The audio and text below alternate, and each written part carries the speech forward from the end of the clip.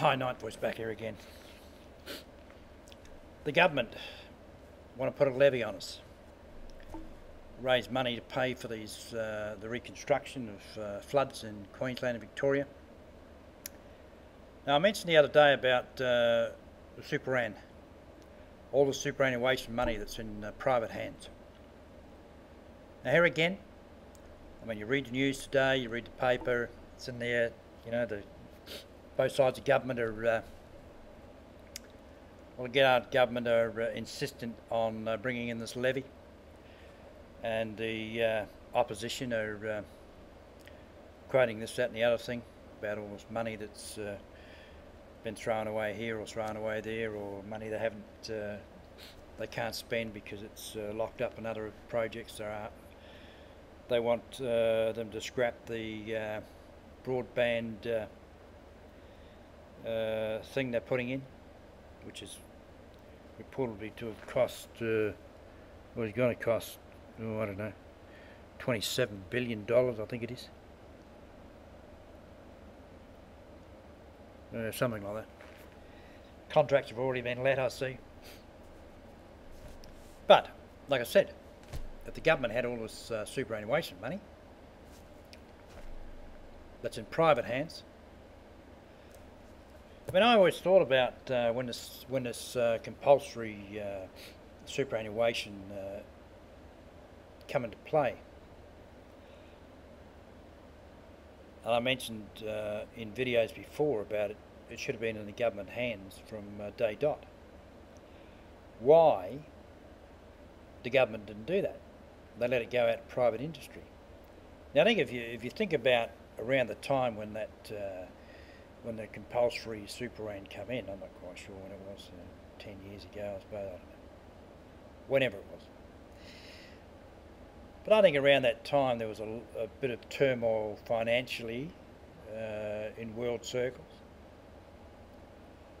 and by letting this money go out to private companies, basically the government of the day were looking after their mates who set up these superannuation funds, you know, invest in this company. And, you know, if you remember when it first started out, after, you know, probably up to 5 years after, before the regulations got really tightened up, there was a lot of money that was stolen. People set up these shonky funds, got all these people to invest in these superannuation funds and run away with the money. A lot of people lost their retirement. A lot of farmers that had sold their properties lost all their money because of these shonky investment people. Now this money to some extent is still, or the money that's going into these private superannuation funds now is still high risk money. Because like I mentioned the other day, you put your money in a superannuation scheme and they invest that money in other companies, whatever they want to invest in. All it's doing is keeping the private industry operating on everybody else's retirement fund. Now when I mentioned about the government having the compulsory, whatever it is at the moment, 9 or 10%, okay, that goes into the government and the government control it.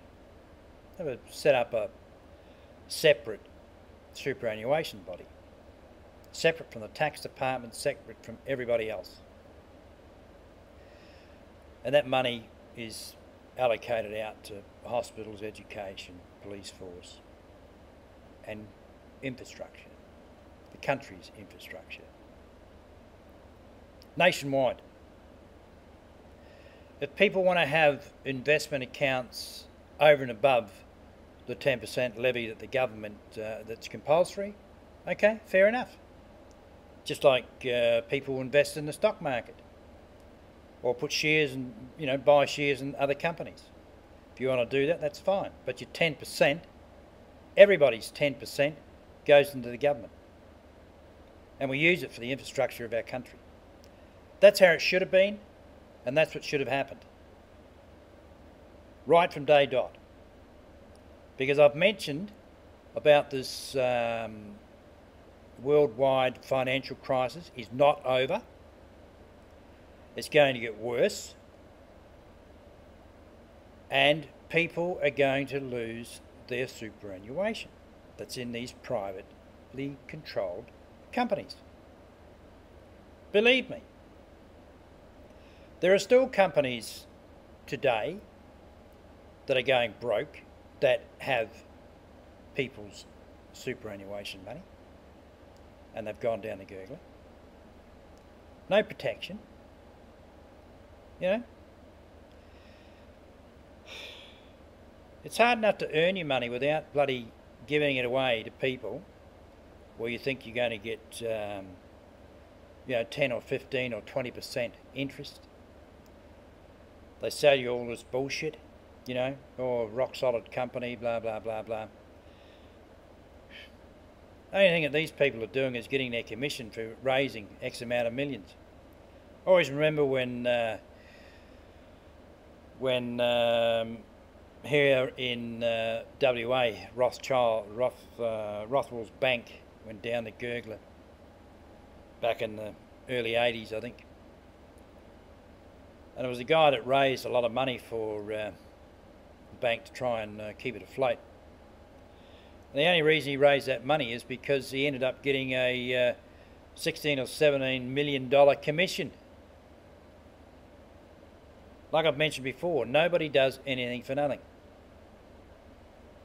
There's always a price.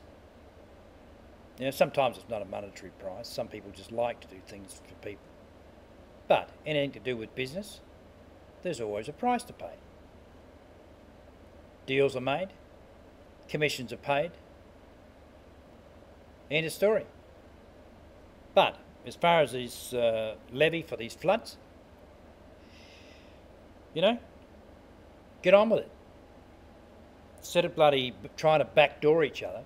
I mentioned when we had the elections that the government that had the reins at the moment, we would possibly have to go back to the polls within 6 months because they just won't be able to run the country.